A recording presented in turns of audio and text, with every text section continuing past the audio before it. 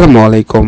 এখনকার আয়োজনে আপনাকে স্বাগতম। শুরুতেই জানাবো সংবাদ শিরোনাম। ভারত বাংলাদেশে মুসলমান ও হিন্দুদের মধ্যে রায়ট সৃষ্টি করার চেষ্টা করছে, বললেন আহমেদ আজম খান। আগরতলায় কনসুলার সেবা বন্ধ বাংলাদেশের। সম্পর্ক আটকে থাকার কারণ নেই, অন্তর্বর্তী সরকারের সাথে কাজ করতে চায় দিল্লি। একটি ইস্যু দিয়ে বাংলাদেশ ভারত সম্পর্ক মূল্যায়ন করা যাবে না। হাসিনার পতনের পর ভারতীয় গণমাধ্যমে উস্কানিমূলক বক্তব্য বেড়েছে। সর্বশেষে জানবেন বাংলাদেশ নিয়ে কথা বলার অধিকার নেই ভারতের, বললেন গোলাম পারওয়ান। এতক্ষণ শুনছিলেন সংবাদ শিরোনাম, এবার জানিয়ে দেব বিস্তারিত। ভারত বাংলাদেশে মুসলমান ও হিন্দুদের মধ্যে রায়ট সৃষ্টি করার চেষ্টা করছে, বললেন আহমেদ আজম খান। বিএনপি জাতীয় নির্বাহী কমিটির vice chairman advocate Ahmed Azam Khan বলেছেন, ভারত বাংলাদেশে মুসলমান ও হিন্দুদের মধ্যে রায়ট সৃষ্টি করার সর্বাত্মক চেষ্টা করছে। চট্টগ্রাম শিশু নির্যাতনের অভিযোগে এক হিন্দু নেতাকে গ্রেপ্তার করেছে পুলিশ। এটাকে ভারত ইস্যু তৈরি করে বাংলাদেশ সাম্প্রদায়িক দাঙ্গা সৃষ্টির পায়তারা করছে। সাম্প্রদায়িক সম্প্রীতির এই দেশে ভারতের কোনো আগ্রাসন বরদাস্ত করা হবে না। তিনি বলেন, বর্তমান অন্তর্বর্তী সরকারের বিরুদ্ধে দেশি বিদেশি নানামুখী ষড়যন্ত্র হচ্ছে। যতই ষড়যন্ত্র হোক, এদেশে আর ফ্যাসিস্ট সরকার ফিরে আসবে না। মঙ্গলবার উপজেলার হাতিয়া রাজাবাড়ি ইউনিয়নের গাবেলের মাঠে সাবেক প্রধানমন্ত্রী বিএনপির চেয়ারপারসন বেগম খালেদা জিয়ার রোগ মুক্তি ও বৈষম্য বিরোধী ছাত্র আন্দোলনে নিহত ও আহত ছাত্রদের জন্য দোয়া ও আলোচনা সভায় প্রধান অতিথির বক্তব্যে তিনি সব কথা বলেন। উক্ত আলোচনা সভায় হাতিয়া রাজবাড়ী ইউনিয়নের ৩ নং ওয়ার্ড বিএনপি সভাপতি মোহাম্মদ বিল্লাল হোসেনের সভাপতিত্বে উপস্থিত ছিলেন। আগরতলায় কনসুলার সেবা এবার বন্ধ বাংলাদেশের। ভারতের আগরতলায় বাংলাদেশের সহকারী হাই কমিশনের হামলার পর কনসুলার সেবা বন্ধ ঘোষণা করেছে সরকার। মঙ্গলবার পররাষ্ট্র মন্ত্রণালয়ে একটি সূত্র এসব তথ্য নিশ্চিত করেছে। সূত্র জানায়, সাময়িকভাবে আগরতলায় বাংলাদেশের সহকারী হাই কমিশনে কনসুলার সেবা বন্ধ করা হয়েছে। মন্ত্রণালয়ের এক জ্যেষ্ঠ কর্মকর্তা বলেন, নিরাপত্তার কারণে আগরতলায় বাংলাদেশের সহকারী হাই কমিশনে সাময়িকভাবে কনসুলার সেবা বন্ধের সিদ্ধান্ত নেওয়া হয়েছে। আজকে এই সিদ্ধান্ত নেওয়া হয়েছে। সাময়িকভাবে কনসুলার সেবা বন্ধের কারণে সহকারী হাই কমিশন থেকে ভিসা সেবা বন্ধ থাকবে। উল্লেখ্য, বাংলাদেশের সংখ্যালঘু হিন্দুদের উপর নির্যাতন ও চিন্ময় কৃষ্ণ দাসকে গ্রেপ্তারের প্রতিবাদে ভারতের ত্রিপুরা রাজ্যের আগরতলার সার্কিট হাউসে অনুষ্ঠিত বিক্ষোভ সমাবেশের পর সেখানকার বাংলাদেশ সহকারী হাই কমিশনে হামলা চালায় একদল উগ্র হিন্দু। তারা বাংলাদেশের জাতীয় পতাকা নামিয়ে এনে ছিঁড়ে ফেলে এবং মিশনের সাইনবোর্ড ভেঙে আগুন ধরিয়ে দেয়। এই ঘটনায় ভারত সরকার দুঃখ প্রকাশ করে বিবৃতিও দিয়েছে। অন্যদিকে আগরতলায় হাই কমিশনের ভাঙচুরের ঘটনায় ক্ষুব্ধ হয়েছে বাংলাদেশ। সম্পর্ক আটকে থাকার কারণ নেই, অন্তর্বর্তী সরকারের সঙ্গে কাজ করতে চায় দিল্লি। যাই হোক না কেন, ভারত বাংলাদেশের সঙ্গে বন্ধুত্ব অটুট রেখে কাজ করে যাবে মন্তব্য করেছেন ভারতীয় হাই কমিশনার প্রণয় ভার্মা। মঙ্গলবার পররাষ্ট্র মন্ত্রণালয়ের তলবের জবাব দিতে এসে সাংবাদিকদের প্রশ্নের জবাবে তিনি সব কথা বলেন। প্রণয় ভার্মা বলেন, যাই ঘটুক, ভারত বাংলাদেশের সঙ্গে বন্ধুত্ব অটুট রেখে কাজ করে যাবে।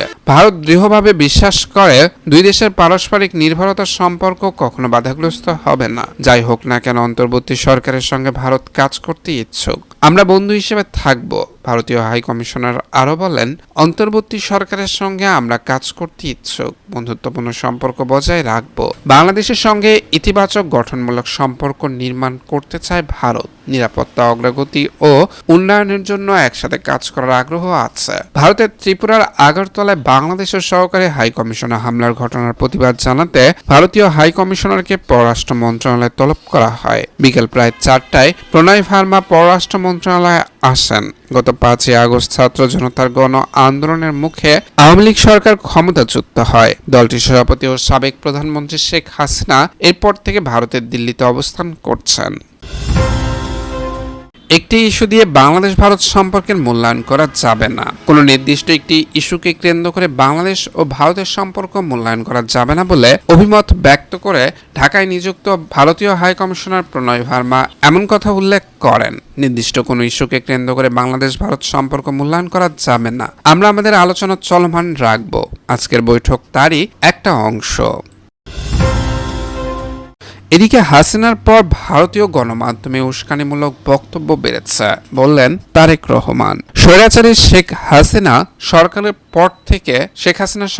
পতনের পর থেকে ভারতের রাজনৈতিক মহল এবং তাদের সংবাদ মাধ্যমগুলোতে উস্কানিমূলক বক্তব্য বৃদ্ধি পেয়েছে বলে মন্তব্য করেছেন বিএনপির ভারপ্রাপ্ত চেয়ারম্যান তারেক রহমান। গতকাল সোমবার নিজের এক্সের এক পোস্টে এসব কথা বলেন তিনি। পোস্টে আগরতলায় বাংলাদেশের সহকারী হাই কমিশনে হামলার নিন্দা জানিয়ে তারেক রহমান বলেন, ভারতে ভুল তথ্য ভরা ইকো চেম্বার রয়েছে, যার মাধ্যমে দেশটির বাংলাদেশ বিরোধী মনোভাবকে উস্কে দিচ্ছে। আগরতলায় বাংলাদেশের কনসুলেটে সর্বশেষ হামলায় বিভ্রান্তির যে প্রভাব ফুটে উঠেছে তা শুধু প্রতিবেশীদের মধ্যে বিভেদ সৃষ্টি করবে।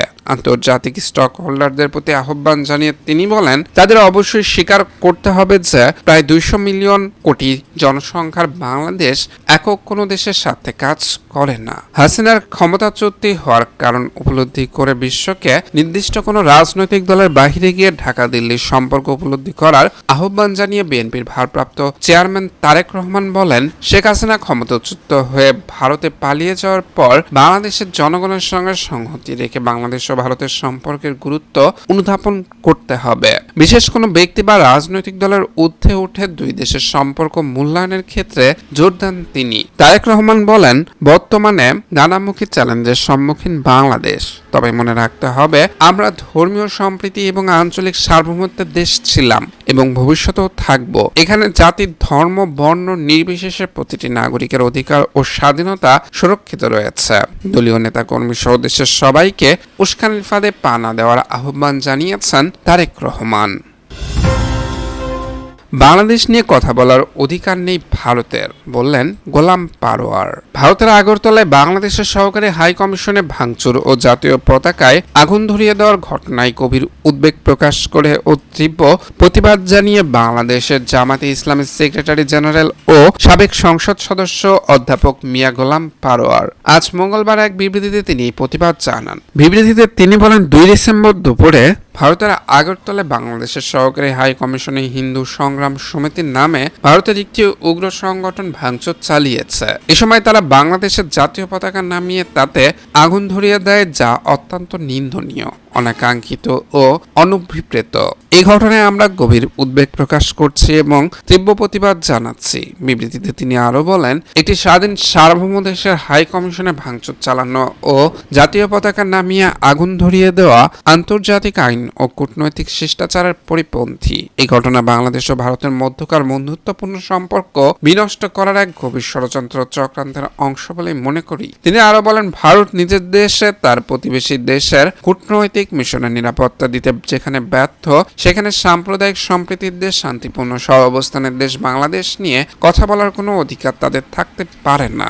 বাংলাদেশের জনগণ তাদের মাথার উপর আরো কারো দাদাগিরি একদম পছন্দ করে না। আমরা বাংলাদেশের সার্বভৌমত্বের জনগণকে চোখ কান খোলা রেখে সজাগ ও সতর্ক থাকার জন্য আহ্বান জানাচ্ছি। সুদৃঢ় জাতীয় ঐক্যই বিদেশি যে কোনো আগ্রাসন রুখে দিতে পারে। তিনি বলেন, বাংলাদেশের পররাষ্ট্রনীতির মূল কথা হলো সকলের সঙ্গে বন্ধুত্ব, কারোর সঙ্গে শত্রুতা নয়। বাংলাদেশের সহাবস্থানের নীতিতে বিশ্বাসী একটি শান্তিপ্রিয় দেশ। বাংলাদেশও বিশ্বের সকল দেশের কাছে একই নীতি আশা করছে। জামায়াত নেতা আরো বলেন, আগরতলাস্থ বাংলাদেশের সহকারী হাই কমিশন নিরাপত্তাহীনতা বোধ করছেন। এই ধরনের অনাকাঙ্ক্ষিত পরিস্থিতি প্রতিরোধে প্রয়োজনীয় ব্যবস্থা গ্রহণ করে বাংলাদেশের সহকারী হাই কমিশন সহ সকল হাই কমিশনের নিরাপত্তা বিধান করা ভারত সরকারের দায়িত্ব। এতক্ষণ আমাদের সাথে থাকার জন্য ধন্যবাদ। পরবর্তী এমন আপডেট পেতে আমাদের সাথেই থাকুন।